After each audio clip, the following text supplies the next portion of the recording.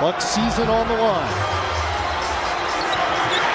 Antetokounmpo has it. Okay, now I'm gonna be completely honest with you guys. I have absolutely no idea what I just watched. Although I do feel like that's how a lot of us are feeling right now. Because after being without a doubt one of the favorites to win the championship and my pick to come out of the Eastern Conference, the Milwaukee Bucks just lost in the first round to the 8th seed after having the best record in the NBA this season. And this entire series has just been extremely weird to see unfold. It began with Giannis Antetokounmpo suffering a back injury 8 minutes into game 1. And from that point on, I'm not gonna lie, I kind of checked out of the series. And when Tyler Herro broke his hand later that game, that feeling was even more amplified, especially since we had other series that were already proving to be more exciting, such as Lakers Grizzlies and of course Warriors Kings. So I was sort of paying attention, but not really. It's not like Milwaukee was just completely done after Giannis's injury. It's just the fact that if they would have lost, it wouldn't have been that surprising, even facing a worse team.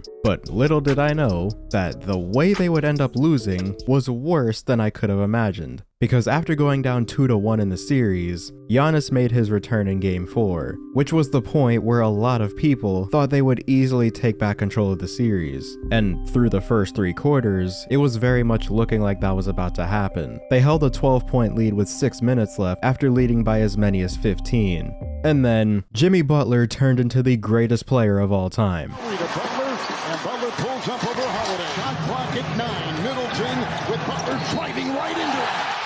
Count it, foul!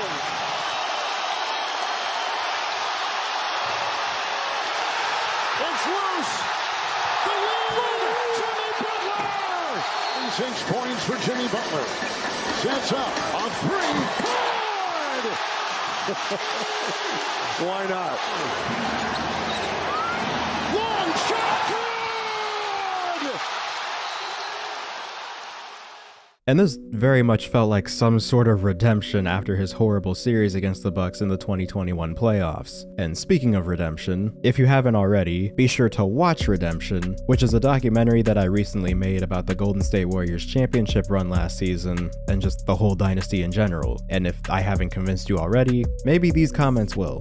But anyway, now all of a sudden, the Bucks found themselves down 3-1 to a team that a lot of people didn't even think would make the playoffs in the first place. But to be fair, it took one of the greatest performances in playoff history to do that, so maybe they can still pull this off. And so on to game 5, where the Bucks once again have a comfortable lead in the second half, at which point I tuned out again, as Warriors Kings was on at the same time, because the scheduling of games in this playoff so far has been so unbelievably smart. And so I was paying more attention to that game, because it once again looked like the Bucks had control. They held an 8-point lead with 3 minutes left, and I am not kidding when I say that I looked away for 2 real-life minutes, and I looked back and the game was tied. I had absolutely no idea what was going on, but even then, the game wasn't over, and they still had a lot of chances to close this game, and they simply couldn't do it, which leads to the Miami Heat winning the series in 5 games, and this becoming just the 6th time in NBA history where an 8 seed would win a playoff series against a 1 seed.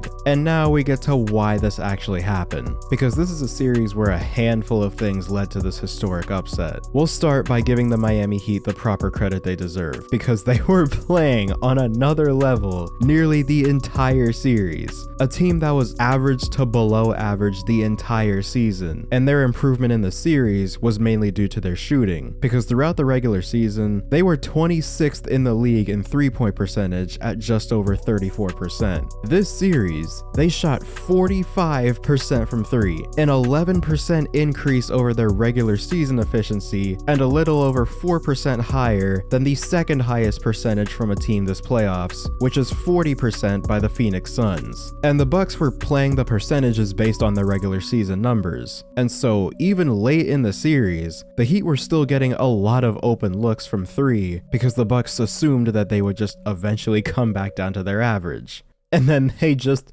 didn't. Otherworldly shooting that my guy Alex Hoops was pointing out while it was happening.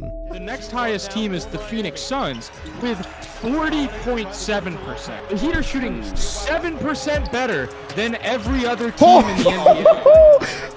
We also need to give credit to Jimmy Butler for having one of the greatest individual playoff series of all time. He averaged nearly 38 points, shot almost 60% from the field, 56 points in Game 4, and 42 in Game 5. He had 98 points in 2 games in the playoffs against the 1 seed, who were one of the best defensive teams in the NBA. I still have no idea what I just watched. Those are numbers that you might expect from someone like Giannis.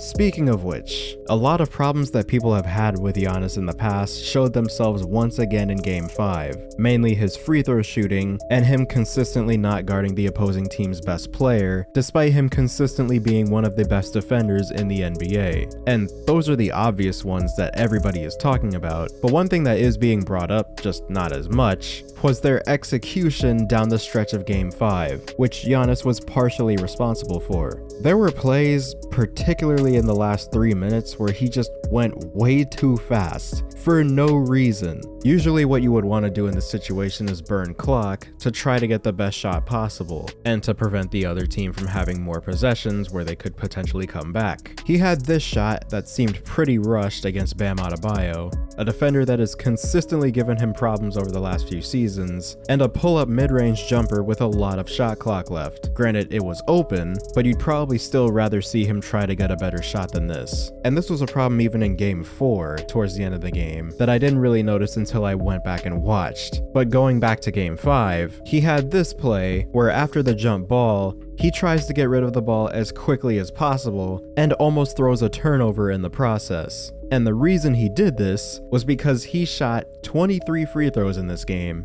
and he made 10 of them, which is definitely not ideal. And that play then brings us to the end of the game, where we need to discuss the last issue that led to the Bucks' downfall, and it's an issue that should have been solved a long time ago, and that's having Mike Budenholzer as your head coach. And he's someone that I've been pretty critical of in the past, before a lot of you were here, mainly for his lack of adjustments, and what seems to be his lack of care for making those adjustments in the first place, evident by these quotes from the 2019 and 2020 playoffs, where he said, quote, "I don't think playing Giannis 44 minutes is a solution. If we can't win with Giannis at 40 or 40 and a half minutes, then Toronto deserves it. And 2020, we kind of do what we do, and hopefully it's good enough."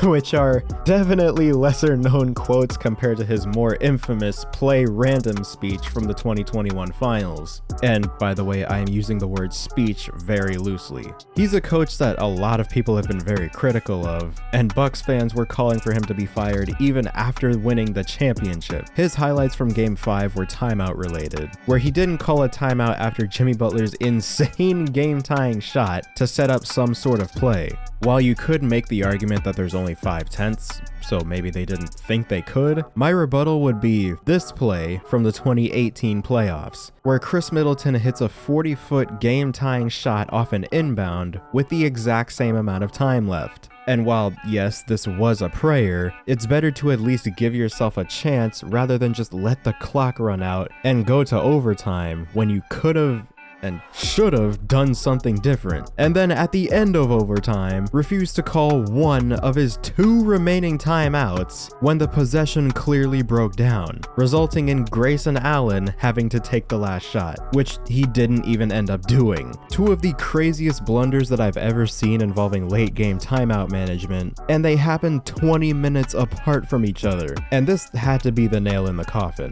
There is absolutely no way that he will be coaching this team next season. I don't know who it will be. There are a handful of guys looking for a job right now, but it definitely will not be him. They've put this off for long enough. He bought himself more time with the championship in 2021, but time is up. Now, with that being said, I'm trying to be careful on how much I slander the Bucks because I feel like that would just be taking away from the Miami Heat. Because once again, they did just play one of the best series that we've ever seen from an underdog team. And so shout out to them. And shout out to Jimmy Butler for turning into Michael Jordan once again and completely nuking everyone's predictions. We now look forward to the Miami Heat facing off against the New York Knicks in the second round, another team that a lot of people did not expect to be here, but that's a conversation for another day. So with all that being said, I want to know what you guys think. Leave a comment, and I apologize for the short video. I really can't believe what just happened, and I really don't even have that much to say at the moment. But I hope you guys enjoyed this video. Subscribe if you're new, hit the bell to be notified when I upload, comment down below what you want to see next, and as always, I'll see you guys in the next one.